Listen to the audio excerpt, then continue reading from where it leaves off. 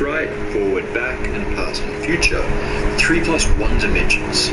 Or so our primitive Pleistocene evolved brains find it useful to believe.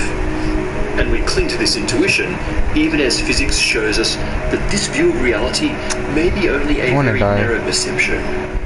One of the most startling possibilities is that our 3 plus 1 dimensional universe may be from a space-time 1 dimension lower, like a hologram projected from a surface infinitely far away.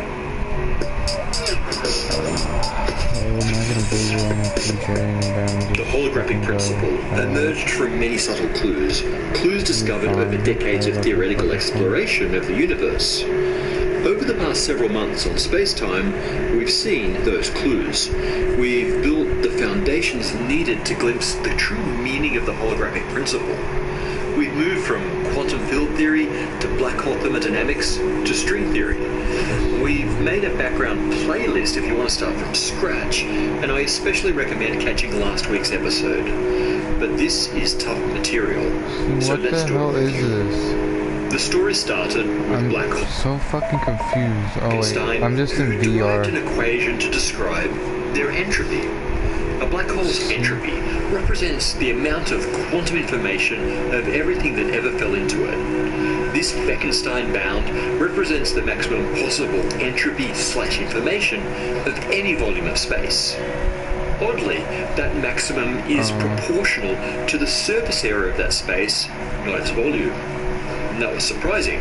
Surely the information in a volume of space depends on that volume.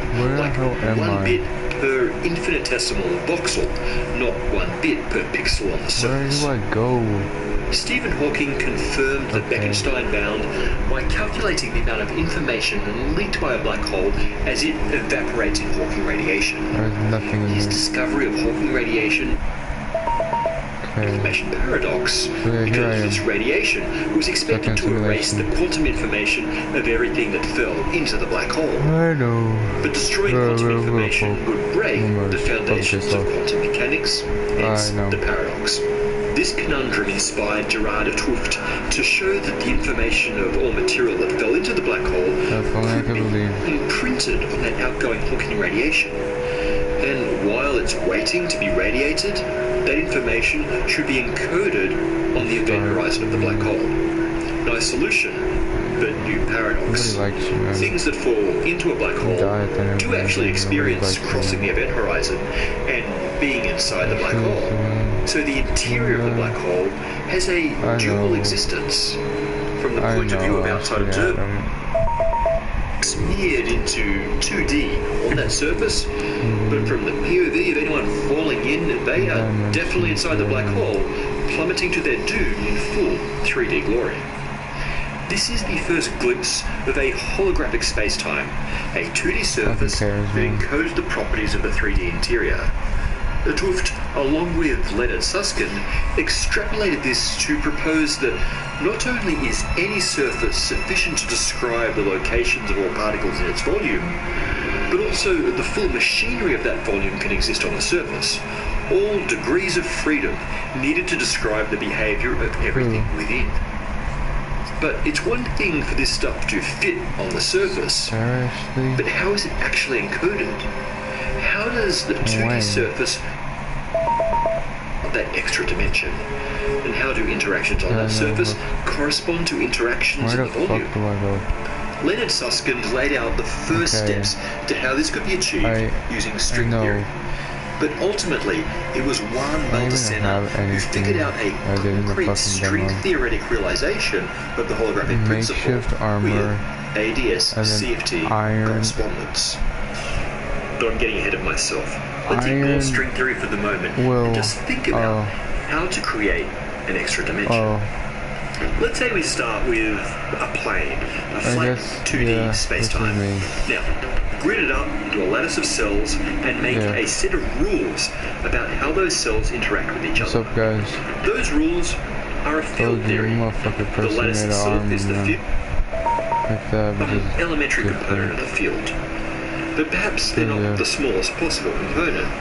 For now, let's just say the size of those cells depend on how we're looking at the grid. For example, the resolution of our microscope or the power of our accelerator. Probably, the rules between cells of the field theory depends on their scale. Focus on a very small scale, and we see a very fine grid that interacts according to one set of rules. Zoom out, and we see a coarser grid with cells that are the average of smaller cells, but which presumably interact via different rules. Or so you'd think. She doesn't like but we're you. going to add something weird. She doesn't like we're going to say that our field she theory hates you, bro. is scale invariant. We'll say that the rules are the same for small. Nobody likes you, TJ. Just go. We see this scale invariance in fractal patterns where the rules defining structures repeat to infinitely large or small scales. We also see it in string theory, which I'll come back to. A field theory with this property is called a conformal field theory.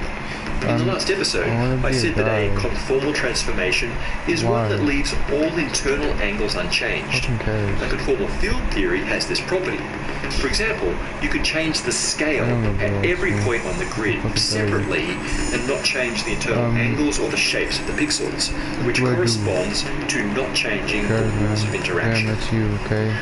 Remember that. By making this conformal field theory, we've added asymmetry, invariance under local changes in scale, also known. I know I will. This adds a degree of freedom everywhere, like a new infinite number line at each of the 2D grid points. Objects on the 2D grid also have values on that number line. They exist at a certain scale. If objects at different scales don't tend to interact with each other, then this new degree of freedom behaves like just any other dimension. Our 2D grid behaves like a 3D volume, and we can treat it like one, at least mathematically. You might say it's not a real 3D grid because the third dimension is fake. But is it? What is a dimension but a number line of possible values which A, exists alongside the other dimensions but is independent of them, B, see what I mean? The same, and C, imposes some kind of locality. For example, elements of that number line need to be next to each other to interact. Crudely, this is how an extra dimension can be coded in a holographic universe. But for the details, we need string theory. How are you? Even from the beginning, string theory had hints of this scale invariance and dimensional weirdness. The first iteration of the theory, around 1970, tried to model the strong force between pairs of quarks, mesons, and this strand of gluons that behaves like a vibrating string. A nice feature of this model is that changing the length of the strand, which defines the energy in the bond, doesn't change the basic physics. That means you can pretend string is a separate dimension as a calculation trick. The weird thing is that when you write the quantum wave equation for the gluon strand with length expressed as a separate dimension, you get the wave equation of a graviton, the quantum particle of gravity, which is ridiculous given the puny energy scale of the meson. Gravitons shouldn't even exist there. This and other glitches led to string theory being abandoned as a model for the strong force, but it was quickly rejigged to make it a theory of quantum gravity, and the scale invariance of the strings became a central feature of string theory. Fast forward a couple of decades to the 90s, we now have several versions of string theory that try to explain how vibrating string... There's a sim... that allow...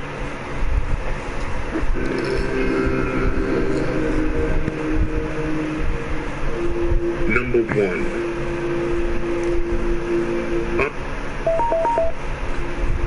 And that's also where these that I'm about to describe to you happened.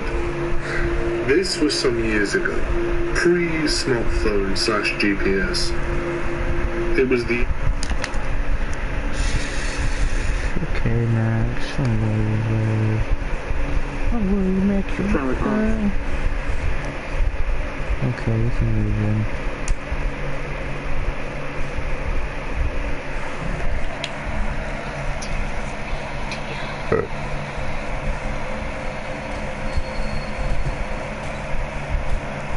evening, and welcome.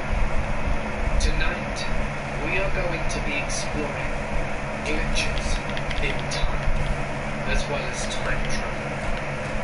For many, time is rigid and unmovable. However, there are rare instances where people experience time fraction, break, and repair. I hope you're ready for one creepy ride, because things are about to get uncomfortable. Let the darkness take control. This happened a few years ago, when I was living in my old house, and is one of, if not, the strangest things I've ever experienced. I was sitting on the couch in the living room, playing my phone. From the couch, you could see the driveway of the car, although the view is partially obscured by some trees. Anyway, my phone suddenly rang. It was from an unknown number, which I usually don't answer. But for some reason, this one I had a strong inkling to answer. So I answered the call and said hello. For a good 10 seconds, there was silence, although I could tell someone... What's this dude in the face, man? Because I heard breathing. It was almost like the caller was caught off guard. Finally, the caller responds with, "Who is this?" Where The is voice he, sounded guy? familiar, but I couldn't put a face to it. Just ditch him, Now I man. was just caught off guard. Just ditch him. The person who called me Who needs him, man? was asking me who I was. Who needs him? I hesitated for a Who slight moment, needs this dude? and just as I was Punch him in the about to fucking ask face. who they There you go, he's dead. they called him home. I was pretty confused, but then something suddenly distracted me, as I saw someone walking around my car outside. Their face was obscured by some tree branches, so I couldn't see who it was. Now, my dog usually starts barking like crazy whenever a stranger No more approaches the fighting. house. Yet, he was completely silent, lounging on the floor. He's like a baby. No more fighting, I'm tired. So when I Of can, fighting, I man. try to greet any visitors outside by the driveway before they have a chance to get to the door.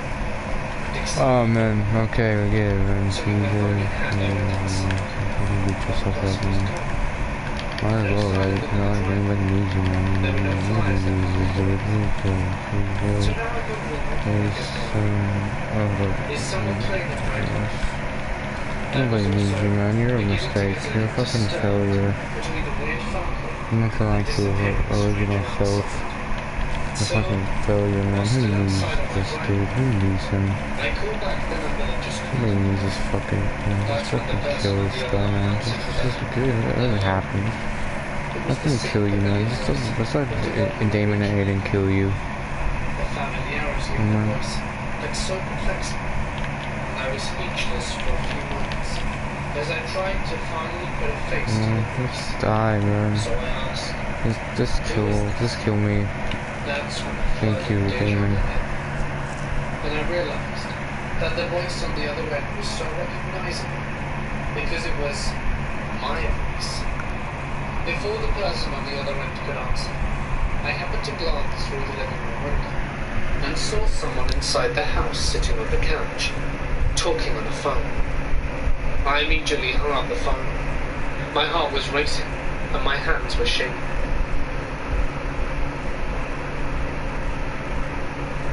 No.